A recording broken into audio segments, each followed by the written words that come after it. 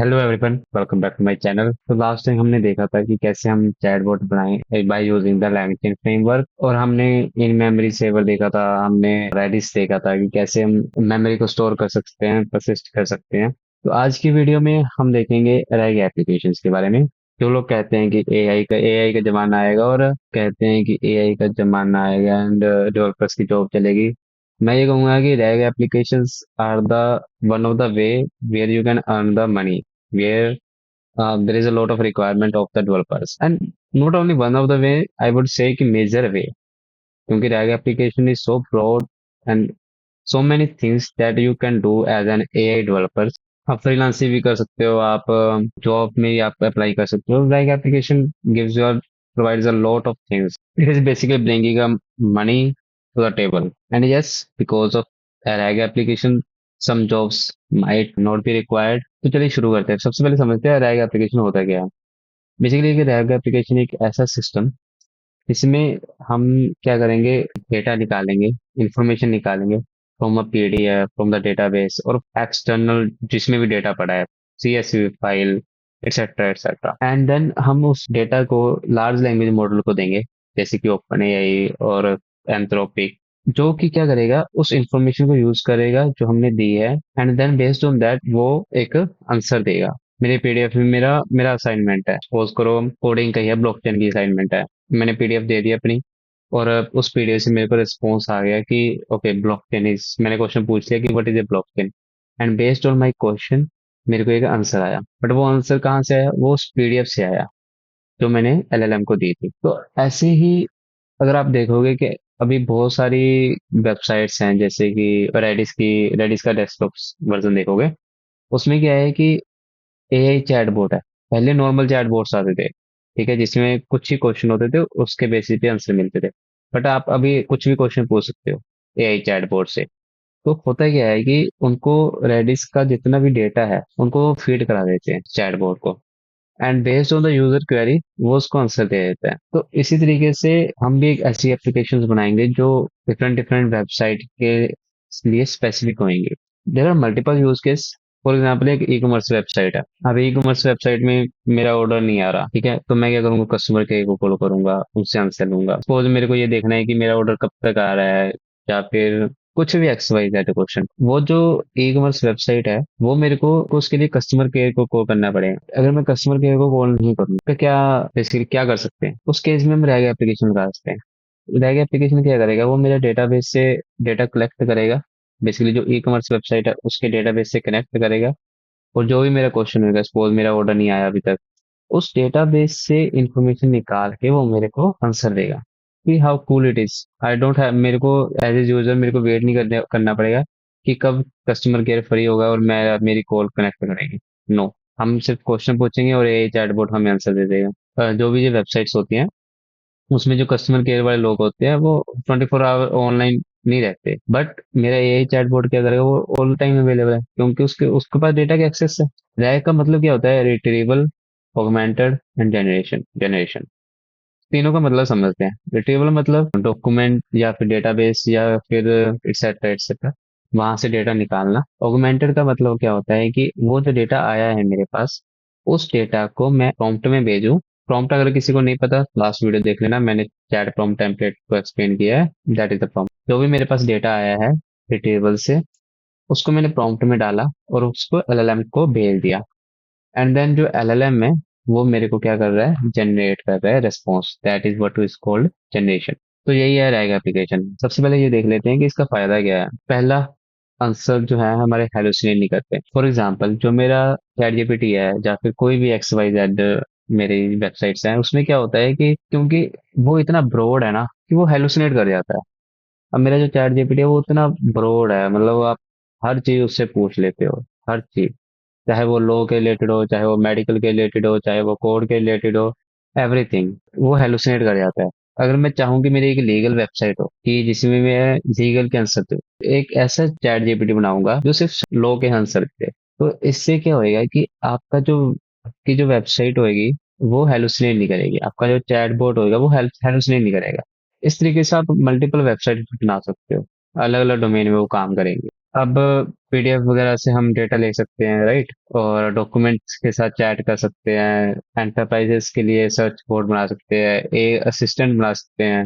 Multiple things you can do with the rag application, and this is going wild right now in the industry. अब rag application कैसे काम करती है इस पे हम बाद में आएंगे, पहले मैं थोड़ा सा आपको वेक्टर एम्बेडिंग बताता हूँ कि कैसे क्या होता है। ऑल्दो इसको पूरी डिटेल में मैंने एलएलएम वाली वीडियो में एक्सप्लेन कर रखा है, बट स्टिल मैं एक आपको दोबारा से एक्सप्लेन कर देता हूँ। तो क्या होता है एम्बेडिंग्स में, सपोज मेरा जहाँ पे एक एग्जांपल ले लिया मैंने, कैट डॉग कार वॉर।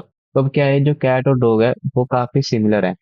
तो अगर आप देखोगे उनके जो एरोज हैं उनके बीच में एंगल बहुत कम है। क्या ही होगा ये एंगल, 1 और 2 डिग्री होएगा। और अगर जो मेरे कैट और डॉग है और उसका कार के साथ रिलेशन देखो तो दैट इज कोई रिलेशन नहीं है, राइट? तो इसके लिए उसका एंगल बहुत बड़ा है। And similarly with the both, जो एंगल उसका बहुत बड़ा है। होता क्या है कि आपने पीडीएफ दिया, एलएल ने पीडीएफ लिया, बेसिकली जो भी उसका कंटेंट है वो उसने लिया, और वो उसकी वेक्टर एम्बेडिंग करता है। वेक्टर एम्बेडिंग के मतलब कि जो भी उसके वर्ड्स होंगे, जो भी उसके अंदर टेक्स्ट होएगा, उसको एक नंबर्स में कन्वर्ट करता है, लिस्ट ऑफ नंबर्स से। उसको बोलते हैं वेक्टर्स। अब जितना ज्यादा एक वर्ड दूसरे वर्ड के साथ सिमिलर होगा, या फिर एक सेंटेंस दूसरे सेंटेंस के साथ सिमिलर होएगा, उसका जो एंगल है वो उतना ही कम होएगा। तो that's the concept of vector embedding. जब मैं क्वेश्चन पूछूंगा इससे, कि सपोज मैंने क्वेश्चन पूछे से व्हाट इज ब्लॉकचेन, तो ये देखेगा कि व्हाट इज ब्लॉकचेन, वो उसको एम्बेडिंग में कन्वर्ट करेगा, क्वेरी को भी और पीडीएफ को भी। पीडीएफ को तो उसने पहले ही कर रखा था, अब मैंने क्वेरी डाली, क्वेरी को उसने वेक्टर्स में कन्वर्ट किया। वेक्टर्स में कन्वर्ट करने के बाद उसने देखा कि जो क्वेरी के वेक्टर्स हैं वो किसके सिमिलर है। तो जो भी उसके पास जो भी सिमिलर होएगा ना, वो वही रिटर्न डेटा रिटर्न कर देगा। हम इसको प्रैक्टिकल में भी देखेंगे, कोडिंग में भी देखेंगे, बट आप इस चीज को समझ लो कि बेसिकली मैं एक बार कंक्लूड कर देता हूँ। सबसे पहले मैंने पीडीएफ डाली, पीडीएफ का जितना भी टेक्स्ट था उसने कन्वर्ट किया एक वेक्टर्स। जो भी क्लोज रिलेटेड होएगा, वर्ड्स और सेंटेंस, वो पास में होंगे, जैसे इस केस में है कैट और डॉग पास में है। और जब मैं उसको क्वेरी डालूंगा तो क्वेरी को वेक्टर में कन्वर्ट किया मॉडल ने, एम्बेडिंग मॉडल ने। एंड देन अब जो भी मेरी क्वेरी का वेक्टर होएगा, वो अगर जिस भी टेक्स्ट के वेक्टर से सिमिलर होएगा, वही जो डेटा है वो रिटर्न कर देगा। That's the concept of embeddings. तो चलो अब हम समझते हैं कि पूरा प्रोसेस की रैग एप्लीकेशन होती कैसे। तो चलो अब हम समझते हैं कि रैग एप्लीकेशन के प्रोसेस क्या होते हैं। देखो बेसिकली इसके 4 स्टेप आते हैं। सबसे पहला जो स्टेप आता है वो डॉक्यूमेंट लोडर का रहता है। अब इसमें एक टेक्स्ट ले लेते हैं। अब डॉक्यूमेंट लोडर में क्या होता है, मैंने पीडीएफ दी, पीडीएफ को जो लोड कर सके, दैट्स अ डॉक्यूमेंट लोडर, और कुछ नहीं है इसमें। अब डिफरेंट डिफरेंट डॉक्यूमेंट लोडर्स आते हैं। अब मैं जो एप्लीकेशन बना रहा हूँ वो सिंपल रहेगा कि पीडीएफ से ही मेरे को आंसर्स मिलेंगे। तो हम उसमें पाई पीडीएफ लोडर यूज करेंगे। पाई पीडीएफ लोडर क्या करेगा, सपोज आपने पीडीएफ दी, पाई पीडीएफ लोडर उस पीडीएफ को लेगा, उसमें जितने भी पेज होंगे, सपोज 107 पेज है, तो उस 107 पेजेस को 107 ऑब्जेक्ट बना देगा। हर ऑब्जेक्ट में पीडीएफ का पेज होएगा। सपोज करो मेरे पास 107 की पीडीएफ है, तो मेरे पास एक लिस्ट बनेगी जिसमें 107 ऑब्जेक्ट होंगे। हर ऑब्जेक्ट में उस पेज का कंटेंट होएगा बेस्ड ऑन द नंबर। और प्राई पीडीएफ लोडर कंटेंट को तो स्टोर करता ही ऑब्जेक्ट में, साथ में वो मेटा डेटा भी स्टोर करके रखता है, जिससे पता चलता है कि ये किस पेज की बात हो रही है। बेसिकली थोड़ी मोटी डिटेल रखता है मेटा डेटा। फिर आता है प्रोसेस स्प्लिटिंग। स्प्लिटिंग में क्या होता है कि आप बेसिकली एक, अब फॉर एग्जांपल जो मेरा पेज है, वो पेज में बहुत सारा डेटा कंटेंट होएगा। अब मैं पूरे का पूरा कंटेंट अगर चैट जीपीटी को भेजूंगा, तो ये तो दिक्कत है, क्योंकि मेरा टोकन ही इतना बड़ा हो जाएगा कि on the basis of query मेरे को आंसर चाहिए होगा, तब पूरा कंटेंट भेजना और जो रिस्पॉन्स है वो पूरे पेज से आना, दैट इज नॉट गुड। हमारा पर्पस क्या होना चाहिए कि हमें वही पैराग्राफ या फिर वही टेक्स्ट भेजना चाहिए जो मेरी क्वेरी के रिलेटेड है। फॉर एग्जाम्पल मेरे को बोलना है व्हाट इज ब्लॉकचेन। अब एक पेज है जिसमें ब्लॉकचेन के बारे में एक पैराग्राफ है, और बाकी जो है पूरा एआई के बारे में है। तो मेरा पर्पस ये होना चाहिए कि जितना भी ब्लॉकचेन वाला पार्ट है ना, ब्लॉकचेन का जो कंटेंट है वो मैं एलएलएम को भेजूं। मेरे को वही डेटा भेजना है जो रिलेटेड है, जो ब्लॉकचेन के रिलेटेड है। तो उसकी वजह से स्प्लिटिंग यूज करते हैं। अब स्प्लिटिंग का अलग अलग तरीके होते हैं, मैं इसमें यूज करूंगा। फॉर एग्जाम्पल मैं ये कर सकता हूँ कि मेरे जो 1000 करेक्टर है उसका एक चंक बने, फिर नेक्स्ट जो 1000 करेक्टर्स है उसका एक चंक बने, तो इस तरीके से हम स्प्लिटिंग को यूज करते हैं कि अब पहले मैंने क्या किया, पहले मैंने पीडीएफ को पेजेस में कन्वर्ट किए। अब हर पेज को मैंने चंक्स में कट कर दिया, थाउजेंड थाउजेंड करेक्टर्स के। नेक्स्ट आता है एम्बेडिंग्स। एम्बेडिंग्स मैंने ऑलरेडी समझा दिया। हमारा एम्बेडिंग हो गया, बेसिकली जो भी मेरा डेटा था उसको मैंने लिस्ट ऑफ वेक्टर्स में स्टोर कर लिया। अब मेरे पास लिस्ट ऑफ वेक्टर है, बट मेरे पास कुछ ऐसा होना चाहिए ना जहाँ पे मैं स्टोर करूँ लिस्ट ऑफ वेक्टर्स को। तो वो मैं स्टोर कर देता हूँ फॉर एग्जाम्पल मोंगोडीबी में, फॉर एग्जाम्पल इन मेमोरी में। तो डिफरेंट डिफरेंट डेटाबेसेस यूज कर सकते हो जो वेक्टर्स डेटाबेस को स्टोर करते हैं, उसकी आपको लिस्ट मिल जाएगी LangChain की डॉक्यूमेंट में। बेसिकली वेक्टर स्टोर बोलते हैं इस प्रोसेस को। Let's write down the vector store. फिर आता है क्वेरी एम्बेडिंग। क्वेरी एम्बेडिंग में बेसिकली क्या हो रहा है कि मेरे पास एक यूजर की क्वेरी है, यूजर की क्वेरी को मैंने एम्बेडिंग में कन्वर्ट कर दिया। एंड देन फिर मैं क्या करूंगा, मैं सर्च करूंगा यूजर की क्वेरी को। उसको बोलते हैं सिमिलैरिटी सर्च। मैं सर्च कर रहा हूँ कि मेरे जो यूजर की क्वेरी है उसके जो मैंने वेक्टर स्टोर करा है पीडीएफ का, और यूजर का जो वेक्टर मैंने लिया है क्वेरी एम्बेडिंग से, उन दोनों का सिमिलैरिटी सर्च करूंगा। Based on the similarity search मेरे पास क्या आ जाएगा, चंक्स आ जाएंगे। अब मैं एक बार फिर से समझा देता हूँ इस प्रोसेस को कि मैंने सर्च किया, सिमिलैरिटी सर्च किया। अभी हमने ओपनएआई का एलएलएम मॉडल का ही यूज नहीं किया, अभी हम सिर्फ एम्बेडिंग्स कर रहे हैं। अभी क्या हुआ कि पीडीएफ आई, पीडीएफ को मैंने चंक्स में स्टोर करवा दिया। पीडीएफ थी, पीडीएफ को मैंने चंक्स में कन्वर्ट किया। चंक्स को मैंने एम्बेडिंग करी, एम्बेडिंग करने के बाद एक डेटाबेस में स्टोर करवा दिया। नेक्स्ट प्रोसेस क्या होगा, यूजर की क्वेरी। यूजर की query on the basis of user query, जो भी मेरे चंक्स थे पीडीएफ में वो मेरे पास आ जाएंगे। अभी तक सिर्फ चंक्स आए हैं, ठीक है। अभी तक हमें रिस्पॉन्स, एलएलएम का रिस्पॉन्स नहीं आया। अब इसके बाद मैं करूंगा, एलएलएम को पास कर दूंगा, pass chunks and query to LLM. फिर मेरे पास क्या आएगा, रिस्पॉन्स आएगा फ्रॉम एलएलएम। तो ये प्रोसेस रहेगा। आई नो थोड़ा सा ये आपके लिए डिफिकल्ट होगा, बट जब मैं इसकी कोडिंग करवाऊंगा तो आप अच्छे से समझ जाओगे कि कैसे क्या हो रहा है। चलो, अब ज़्यादा टाइम ही लेते, अब इसको समझते हैं आगे। अभी मैंने एक फाइल बना दी है, कोडिंग शुरू करते हैं। सबसे पहले सिंपल है, मैं इंपोर्ट करूंगा गेट पास, इंपोर्ट करूंगा ओएस। फिर मैं LangChain के डॉक्यूमेंट लोडर्स, वो उसको इंपोर्ट करेंगे। डॉक्यूमेंट लोडर्स इंपोर्ट, जिसमें क्या है, पाई पीडीएफ लोडर। एंड देन हम अपने मॉडल इंपोर्ट कर लेते हैं, एम्बेडिंग्स इंपोर्ट कर लेते हैं। एक काम करते हैं, LangChain अपने इंपोर्ट अपने एम्बेडिंग्स फ्रॉम टेक्स्ट क्रिएटर कर लेते हैं, रिकर्सिव कैरेक्टर टेक्स्ट। देन हम प्रॉम्प्ट कर लेते हैं, लास्ट में हम मॉडल को इंपोर्ट कर लेते हैं अपने एम्बेडिंग्स एंड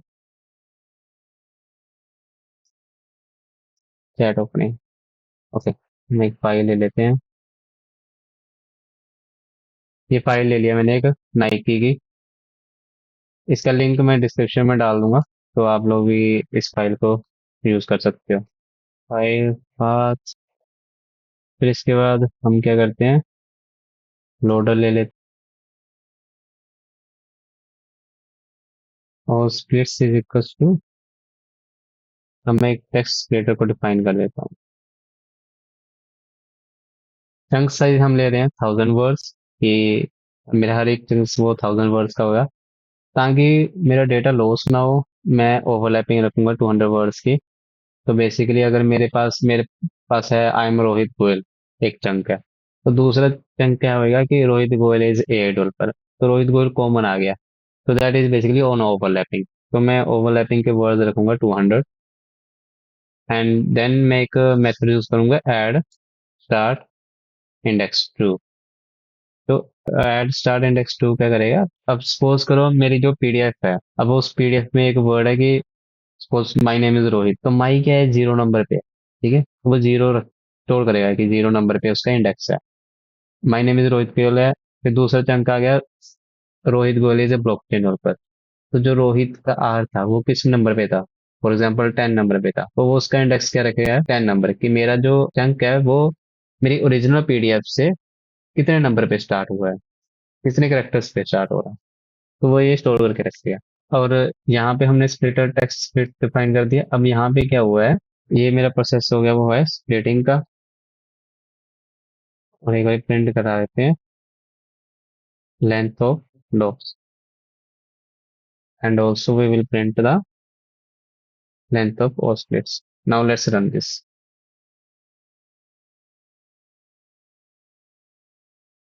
कौन सा मॉड्यूल नहीं मिल रहा इसको, फाइल पीडीएफ नहीं मिल रहा, तो लेट्स इंस्टॉल दैट।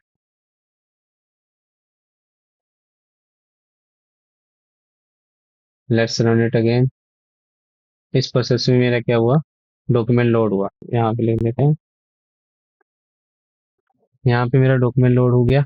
बेसिकली मेरी जो ये वाली पीडीएफ है जो 107 पेज नंबर की है, तो उसने क्या किया, यहाँ पे जो डॉक्स है ये 107 डॉक्यूमेंट बना दिए, 107 डॉक्यूमेंट ऑब्जेक्ट बना दिया। ये एक एरे है।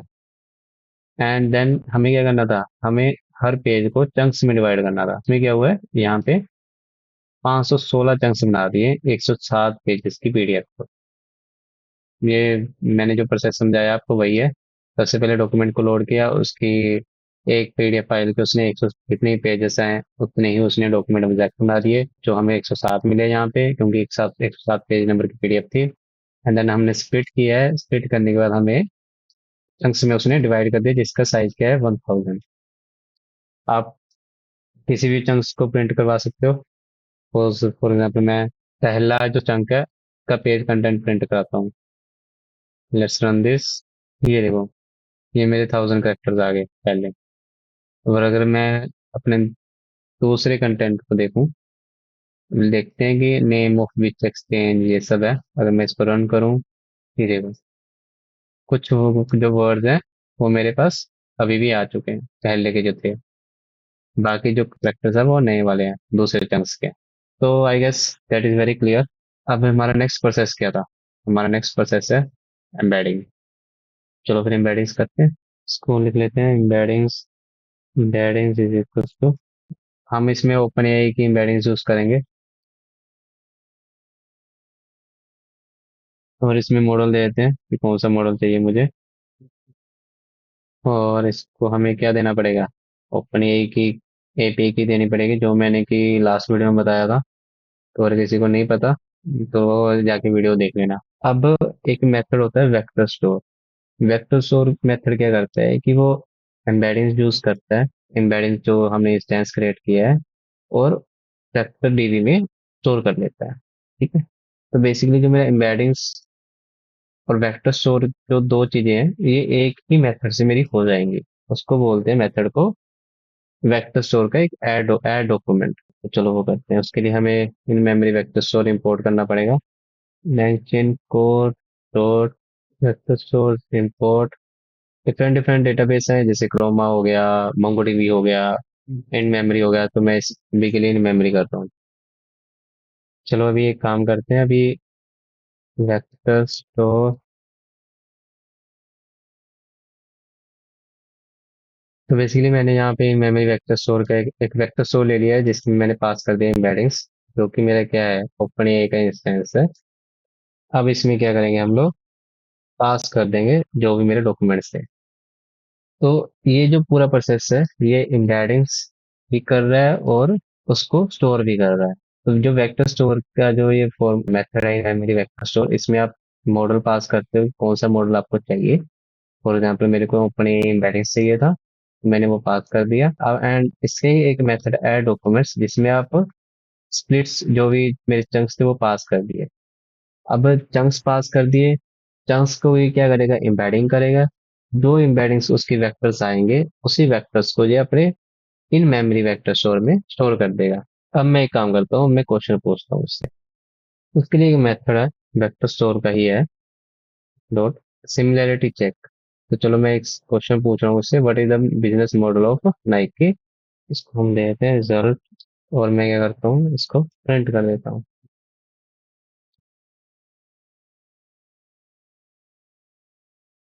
ठीक है।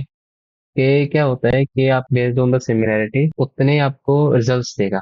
फॉर एग्जाम्पल अगर के इज इक्वल टू 1 डाला है, तो ये क्या करेगा, जो टॉप मोस्ट जो सिमिलैरिटी होगा उसको एज ए रिजल्ट पास करेगा। अब फॉर एग्जाम्पल मैं इसको 2 कर दूंगा, तो मेरे टॉप 2 मोस्ट जो मेरे रिजल्ट्स होंगे वो रिटर्न करेगा। अदरवाइज वो, अगर मैं K3 डालूंगा, टॉप 3 जो मेरे सिमिलरिटी होएगी वो रिजल्ट कर पास करेगा। चलो अब पहले हम रिजल्ट एक पे ही चलते हैं, K1 पे ही चलते हैं। Let's run this. हमारा क्या था, what is the business model of Nike, and based on that इसने वो रिजल्ट निकाल दिया। अब जो जो रिस्पॉन्स है ना, ये LLM से नहीं आया, ये अभी PDF से आया है। मेरे PDF के जो वेक्टर्स था उसमें आया है। अगर मैं इसको एज इट इज ही सर्च करूँ अपने PDF में, तो ये मेरे को मिलेगा। मैं एक साइड पे PDF खोल लेता हूँ इसकी। ये देखो, ये मेरी PDF है। सपोज मैं सर्च कर रहा हूँ ये वर्ड, एग्जैक्टली मेरे को ये, इसने यही वाला रिस्पॉन्स दे दिया। चंक्स में से निकाल के इसने ये मेरे को रिस्पॉन्स दे दिया। अब मैं सपोज उसका के इज इक्वल टू 2 कर रहा हूँ, तो देखना, इसको हम क्या करते हैं, run करते हैं। ये देखो, ये मेरे पास 2 रिस्पॉन्स आ गए इसके। तो आप ये समझ गए होंगे कि अभी तक का क्या प्रोसेस है। बट अभी तक हमने LLM को नहीं भेजा, हमने एक अपने ही डेटाबेस में हम वेक्टर स्टोर करवा रहे थे, वहीं से उसने चंक्स निकाल के मेरे को दे दिए जो मेरे के इसके रिलेटेड थे। मैं क्या करूंगा, इसको के इज इक्वल टू 3 कर दूंगा, तो मेरे पास जो टॉप 3 रिजल्ट होंगे वो मैं LLM को भेजूंगा, एंड देन LLM खुद उसको देख के मेरे को आंसर रिटर्न करेगी। चलो अभी वो कर लेते हैं। अब मैं एक काम करता हूँ, इसको थोड़ा सा मॉडिफाई करता हूँ। अब मैं यूज करता हूँ प्रॉम्प्ट टेम्पलेट। क्या होता है ना कि हम vector store dot similarity search directly हम यूज नहीं करते, क्योंकि हमें अपने प्रॉम्प्ट टेम्पलेट देना होता है। हम लोग चैट प्रॉम्प्ट टेम्पलेट यूज कर सके, तो इसके लिए हम एक रैपर यूज करते हैं। तो चलो फिर वो कर लेते हैं, प्रॉम्प्ट टेम्पलेट बना लेते हैं। ये मैंने लिख दिया है, एंड देन हम इसको कॉन्टेक्स्ट देंगे। कॉन्टेक्स्ट मेरे कॉन्टेक्स्ट रहेगा, और फिर मैं अपना एक यूजर इनपुट दूंगा। ये मेरा प्रॉम्प्ट है। रिट्रीवर यूज करेंगे। रिट्रीवर इज इक्वल क्या था मेरा, वेक्टर स्टोर। वही है, जब हम रैपर यूज करते हैं तो हमारे पास डिफरेंट डिफरेंट ऑप्शन आ जाती है। मैं इसमें में बोल रहा हूँ कि सर्च टाइम मेरे को सिमिलैरिटी चाहिए, और जो मेरी के की वैल्यू है वो मेरी 3 होनी चाहिए। Retriever dot invoke what is the business model of Nike, यही क्वेश्चन पूछ लेते हैं। कॉन्टेक्स्ट दे देते हैं इसको। कॉन्टेक्स्ट क्या है हमारा, हमारा कॉन्टेक्स्ट जो जो क्या है, जो मेरे पास ये रिजल्ट आता है। क्योंकि मैं ये रैपर यूज कर रहा हूँ, तो इसलिए मैं इसको हटा देता हूँ। अब ये मेरा क्या है, ये मेरा रैपर है। अब हम सिमिलरिटी सर्च की जगह पे हम रिट्रीवर यूज करेंगे। रिट्रीवर डॉट इन्वोक क्वेरी क्या है मेरी, जो भी मेरी क्वेरी होगी।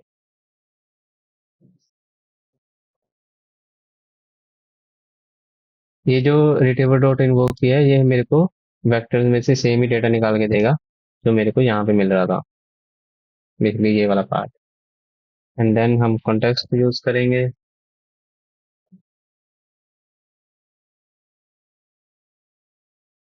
कॉन्टेक्स्ट क्या है, जो भी मेरे पास डॉक्यूमेंट्स में डेटा आया है, उस जो भी डॉक्यूमेंट्स में पेज का कंटेंट आया है, वही मेरा कंटेक्स्ट है। बेसिकली ये मेरा कंटेक्स्ट है। अब मैं क्या करूंगा, इस कॉन्टेक्स्ट को और अपनी क्वेरी को प्रॉम्प्ट टेम्पलेट में डालूंगा। Final prompt is equals to,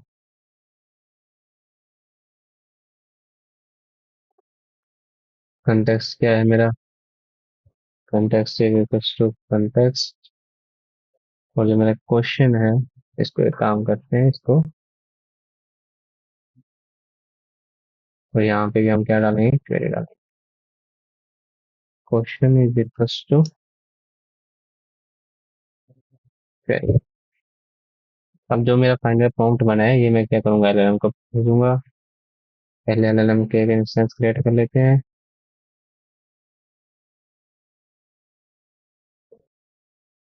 ये वाला पार्ट मैंने लास्ट वीडियो में एक्सप्लेन कर दिया था, ठीक है, तो वहां पे जाकर आप देख सकते हो अगर आपको नहीं पता। और हम क्या करेंगे, बस कंटेंट पे हम चला के देखते हैं। ये आ गया हमारे पास। देन हमने वेक्टर स्टोर में ऐड कर दिया जितने भी पीडीएफ का मेरा डेटा था।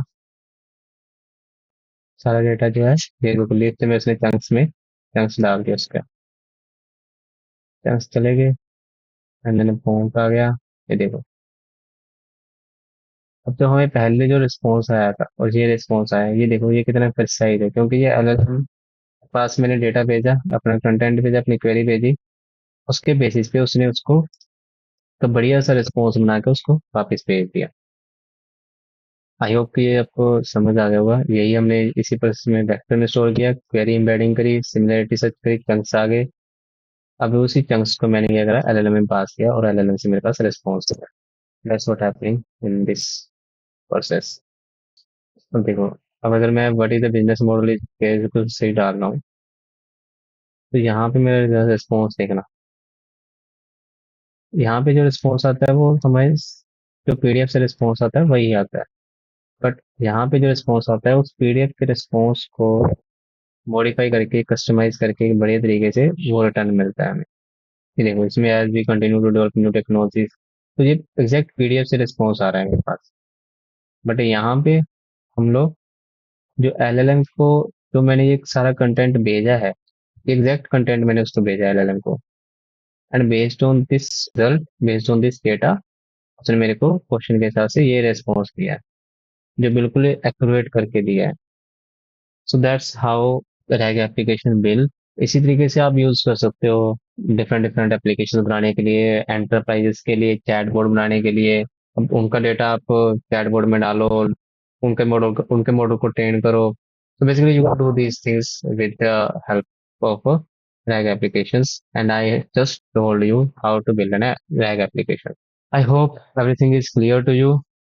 I try to make it simple as much as possible and explain everything, every little details। कुछ बता दिया मैंने कि कहाँ कौन सा फंक्शन क्या कर रहा है, क्या क्या प्रोसेसेस होते हैं।